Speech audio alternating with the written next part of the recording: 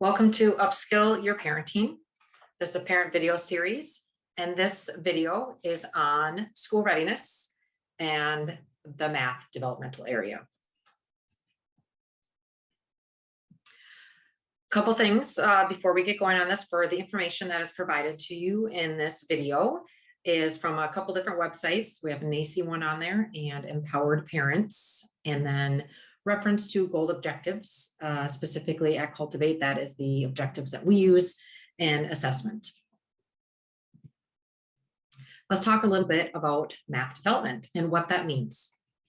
Math, for most of us, we can figure out is meaning numbers, but let's dig a little deeper on that and why it's so important in early childhood. So math, when we think of that, it's measuring, it's sorting, building patterns, making comparisons, and describing the environment, counting, and knowing shapes. Essence behind the math development is problem-solving skills. And so when we talk about why the importance of math in early childhood is making those brain connections with these math skills and what it can do for other areas of a child's development as well. And in this case, very specifically, math is connected to problem-solving skills. Math skills also blend together in many other areas of development. So again, when we talk about the importance, math and having those skills are also going to help in a lot of the other developmental areas for your child as well. For preschoolers, early exploration of math helps them make sense of their world. So that's kind of just in a nutshell. I like that way to describe it, is them just really exploring their world and making sense of it. Specifically, some of the math skills are counting from 1 to 10 without skipping numbers, match a number to a group of 5 or fewer items. So I see 3 cats, or if you put out some items and ask them how many they see, that is something they're able to do. What we might be looking for even deeper into the skill is not just going and counting out 3, and that's why we say with this skill in groups 5 or fewer, is because they get good enough at their math skills that they don't need to count out each item, that them just seeing a group of 5 or less items, they would be able to know it without having to count it out. So that again, when we're observing children and assessing them on that, we're going to look and see, are they able to see 2 items of something and not have to go and say 1, 2 to the item? They can just look at that group and know it's 2. So that kind of a little bit deeper exploration or explanation of that skill specifically and what we're kind of pertaining to with that. Recognize and name basic shapes. So again, when it comes to the shapes, that's something we're really going to focus on in the younger preschool age, that 3 to 4 versus the 4 to 5. So to 3 to 4, we're really going to focus on that, and even like the older toddler age, a lot on shapes and using that and understanding shapes that are around them and finding them within their environment, learning how they can turn, or like puzzles. So that would be a piece of learning how things can be turned or rotated or flipped to fit together.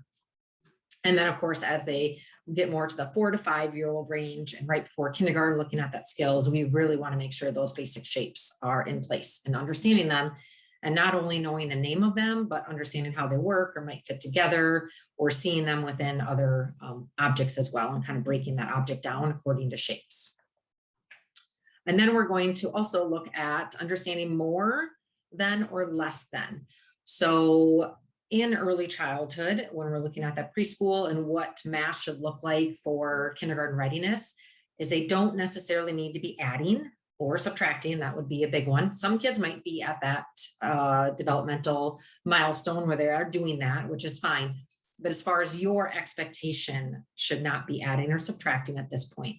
What the prerequisite for that is more than or less than. So this is going to really help them understand when they get to the point of adding and subtracting, how to do that. So for instance, you might have 2 different groups, and you might be looking at, well, we have 3 spoons, but 5 forks. Which one has more, or which one has less? Or then you could even add, how many more do we need to add to spoons so they are the same? So you're not usually really using the words adding up, subtracting, but you're talking about different groups and how to manipulate them using the words more or less and comparing them that way. Arrange 3 objects in the right order. So this would be according to size, according to length, things like that. So if you have 3 different sizes of something, and can you put them in order from which one is the smallest going to the biggest, or vice versa, which one is the biggest or largest going to the smallest. So that's what that skill specifically is referring to. Name or point to colors in a box of 8 crayons. So again, just that knowledge of if they are looking at colors, are they aware of what colors are? And then one of the other ones is patterns. When we talk about patterns at this age, what we want them to be able to do, and again, if we're talking like getting to that school readiness point, we want them to be able to for sure mimic or copy a pattern. So if you were to make a pattern with something and ask them to make the same one, hopefully they are at the point where they are able to do that. Then the next point, which would be great for them to be at, is can they add on to that pattern? So if you have a pattern of red, green, and then you stop, ask them if they can continue it and keep going. And then the next step would be where they actually create their own pattern. You would just say, make me a pattern, and they know what that means and they're able to do it. So that's kind of the 3 different steps or phases we might see within the preschool age. But we definitely want them to be able to copy and maybe even start extending those patterns and be able to keep them going. So that would be a great skill to show that school readiness. Spatial relationships, just to touch on that a little bit. That one would be talking about the relationships in space. So could you put the cup next to the plate, or could you put it on top of it or under it? So using those words of where things are in space, and do they understand those? So making sure that when you are giving directions, or just kind of being more aware of, can I ask more specific questions of where that goes? Or when they are trying to describe something, see if they can tell you, where would you like me to put this? And see if they're able to use those words of under, in between, on top of, next to, things like that. So what can you do? I already kind of gave you a couple examples as I explained the skills, but here are some other ways you can help out in this developmental area as well. Really taking advantage of daily opportunities to develop that math learning. So math does not need to be something that you sit down and do, or get an iPad app for it, or anything like that. It really is just using the environment and the world around, and taking every opportunity you can to count, to look at something, to compare, to look at the shapes within a building that you might see. So yeah, just really first, hopefully knowing the skills and what they need to do will help you. So then you can, as you go about your day, start to notice those more and talk with your child about them. So yes, talking about the math skills is huge. And even just you incorporating language into everyday, math language into everyday, makes even just a small amount makes a huge difference in their development. Focus on problem solving. So it's not about getting the right answer, but helping them learn more. So again, that's what I love about math, and especially when we're not to the adding or subtracting where there is a specific answer. At this age, math should just be about problem solving and how to learn more and manipulate things and look at them and understand their world. And then another thing would be having a good math mindset. Some of us were not very good at math. So for us, it's maybe kind of scary or intimidating to think about working on math, or even just bringing up numbers or groups, things like that can feel scary and maybe bring up some feelings of not liking math or struggling with it. But again, hopefully this feels easy for you at this point. It's going to be more worrisome when they get to that elementary, middle school, when they're asking for help. Might be a different discussion there. But for now, try to really have a positive mindset about it. And that's going to really allow the child to have that too, and see that you have that mindset, then they will as well. Here are some other very specific ideas I wanted to give you on how to help your child develop math skills. Ask about how many objects there will be if you would add one or take one away. So again, kind of that goes back to that skill of being able to do more than or less than, or even that quantifying when we're looking at different groups and the amount in each group. Find math activities that you enjoy and feel confident doing. So again, that's going to kind of help you in your mindset of it. So find things that you find fun as well. Play games together. That's a great way. So if you talk about a mindset of math and not just sitting down and counting and writing things or trying to add or subtract, playing games, what a fun way to do that. So get out and find some new games that you and your child can play. Sorting objects. This is a great one at this age, is always trying to separate into groups and sorting things. And this can be easily done with multiple things around the room, their toys, tractors, Legos, whatever it is, dolls, whatever it is that they like to play with, asking them to put it into different groups. Arrange objects according to size, weight, etc. So that's that comparison and putting them into order. That's going to help that skill. Baking together. This is a huge activity that can really help build a lot of different math skills. So then we could be working on that measuring, that counting, and that recording piece, building together. So then we can talk about that spatial relationship, building things and making things, and then we could also incorporate shapes. So let's make a certain shape as we build, or let's see how many we can stack. So just building, you can bring in a lot of those math skills. I'm also going to go through some of the specific questions, because sometimes that is the hard part with working through math skills and helping your child, is I don't know the questions to ask for this. So when we're talking about baking together and that measuring and counting and recording, some of the things that you could use as a stopwatch or a timer, sand timer, things like that. You know, if you're using a stopwatch or some type of digital timer, then they can see those numbers and even kind of start to count down, which is fun for them and practice counting.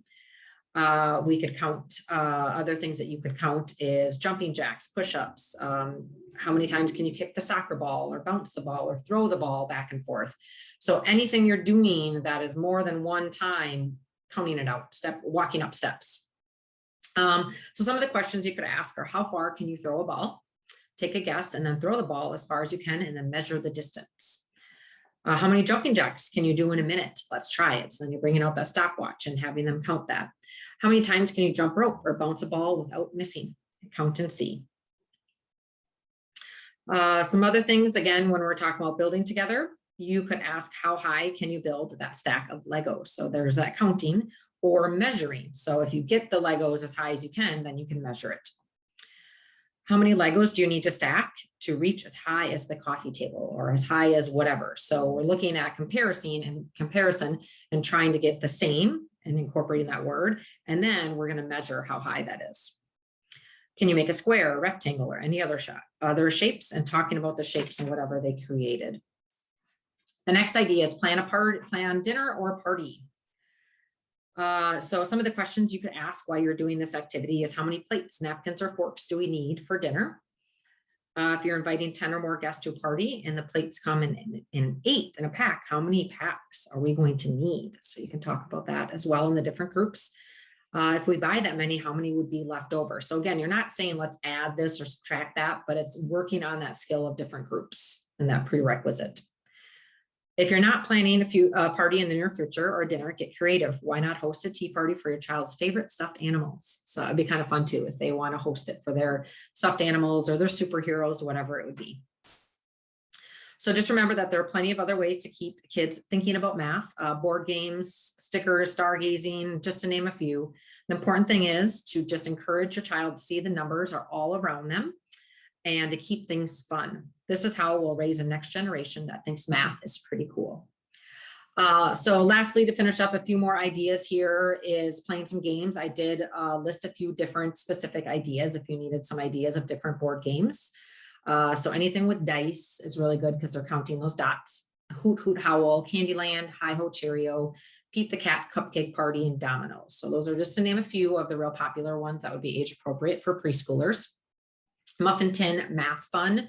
So again, that's just literally taking a muffin tin and putting different things into there, taking them out, even using a tongs or tweezers would help build that fine motor skills even more there. Nesting objects together in each other. Again, I think of this when I think of Tupperware in my kitchen, because that was what my kids always did growing up, and nesting it in or putting it in order and sorting it according to size. Shoelace shapes. So literally buying some shoelaces and seeing what shapes they can make out of those. Circles and cans. So if you take a variety of different cans or anything circular and you lay them out on a piece of paper, a variety of different ones, put a circle around them, trace them, then take them off that piece of paper or poster board, whatever it be that you used. And then what they need to do is each object, they need to find the circle that it fits in. So those are just a few different ideas of how you can get creative with math, working with math development. And I hope you enjoy doing them and learning different numbers and watching your child grow in their skills.